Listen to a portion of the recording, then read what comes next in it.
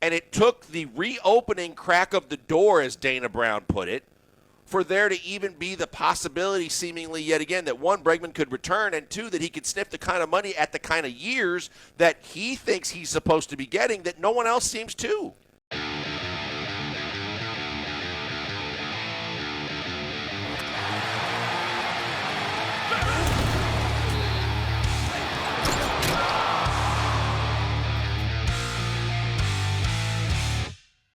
Did Scott Boras screw Bregman and the Astros, Blinker? 713-780-ESPN. Where do you stand on this? I think we were kicking some of this stuff around yesterday a little bit, but I'm curious your thoughts because you and I have had the conversation off the air, and I know it comes down to what Bregman eventually signs for. I just think Scott Boras, once again, has done his client a disservice in Alex Bergman. I think that he was trying to use what Dana Brown and the Astros were saying publicly about how Bregman was their top priority, and we obviously really want him back, and all the stuff that we have heard over and over again ad nauseum about what Dana had said when the process of free agency first began. But now that we are at this point in the process, and Bregman doesn't have anything close to what maybe Boras is the only guy putting out there that Bregman has on the table, it seems like the Astros have provided him with the biggest, best offer so far that he has received.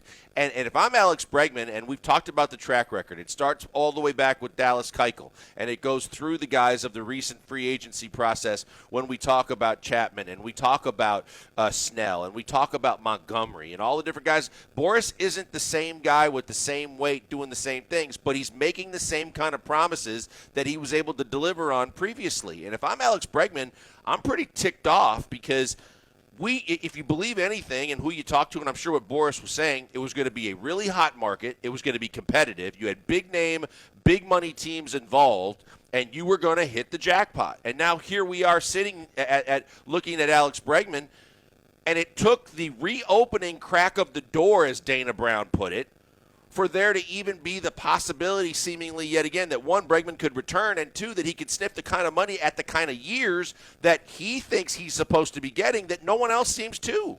Yeah, I mean, I guess we won't know until he signs a contract, right? Because I'm not – look, he still might get more than 156 over 6. I think that in the grand, like in the larger scale, if he signs a $90 million 3-year deal, I still think he can make 156 over 6. So I don't know if I can't say that Boras has cost him yet.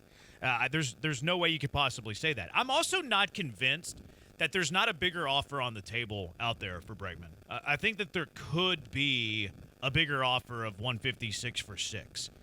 But it wouldn't be for a team that he wants to play for. Mm-hmm. That's like where my mind is wandering. Like if maybe he doesn't want to play with the Angels, right? Like the Angels have spent money now. It'd be weird with Rendon and all of that. But what if the Angels have offered him $200 million for 6, but he just doesn't want to play in L.A., so he's trying to get the money closer to the biggest offer that he has. Or we've heard Toronto is like kind of like a dark horse contender, and Toronto is notorious for being the bridesmaid to these free agents. They're always finished second place for these free agents. What if the Blue Jays are giving him 180 for 6? That's $30 million a year, which is what his demand is. So I'm not a believer that he doesn't have a bigger contract than 156 over 6. I'm totally with you on that. I think that he Instagrammed this morning something about loving the United States of America and only want to play here in America or work here in America. Do you think that had to do with the D.C. thing though? I don't know if that was that or if it was the fact that the Toronto Blue Jays are one of the teams rumored to be in the mix and maybe he doesn't want to play in Canada. That would be really out of touch if he did that today, I think. Yeah, you're probably right. You're probably right with everything else that has happened. But, I don't know where this thing ends and how it ends. I'm not even sure that I want him back at that number. And I don't know, I don't know that if that's something that, hey, we made this offer and that Boras assumes that if we can't find anything better that it'll always be there, or if there's a renegotiation because of the fact that he doesn't have a deal. And I'm totally with you. I just do not believe that, Boston, we've heard, only wanted to go 3 years to maybe 4 at most, and they're supposedly in the mix. The Tigers totally scared off by the amount of money that Bregman wanted and the fact that he was trying to up it closer to $200 million. And they've already gotten shocked by the Javi Baez signing that went completely wrong for them, and they're a small market team. So those are the two other teams we hear that are the most competitive other than the Blue Jays for his services, and it doesn't seem like anything's close to the 6 and 156. So I don't know what they're thinking, but what I'm thinking is that he better damn well hope that offer stays on the table with the Astros, and there's a way that he can try and salvage this, whatever he feels like he has to, because now we're hearing, well, he doesn't want it to look like he took a pay cut. Bottom line is, regardless, if you don't sign with the Astros, you're going to take a pay cut in terms of what you were expecting and the AAV you were trying to get. Yeah. I don't think we can determine if he's a loser or not until that contract is signed. And it also depends, on the motive. Like, what is he desiring to do? Is he going to the absolute top bidder, or does he want to be close to the top bidder but also, like, a chance to win? So, I don't know. I don't know. What would you define, like, losing, though? Like, if he gets under 156 for 6 years?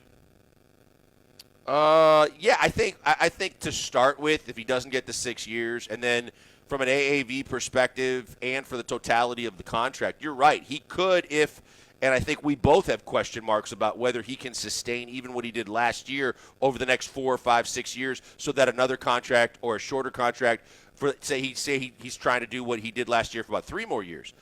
After those 3 more years, older and with less confidence from a baseball perspective, the other team's looking at him going, I don't think he can do it much longer, and I definitely am not going to take the risk of paying him like Jose Abreu. I just think that if he ends up 6 years from now and he doesn't make 156 or more, if he walks away from the Astros deal, I think after 6 years we're going to look back. If I'm Alex Bergman, I look back and I say I should have taken the Astros deal, just like Dallas Keuchel, because I don't think he's going to make 156 if he doesn't take what's on the table. Yeah, I'm probably on the other side of that. I think that he'll make north of 156 at minimum. I think he'll make 156 or more over the next 6 years, no matter the contract that he signs this offseason. So we can't know yet.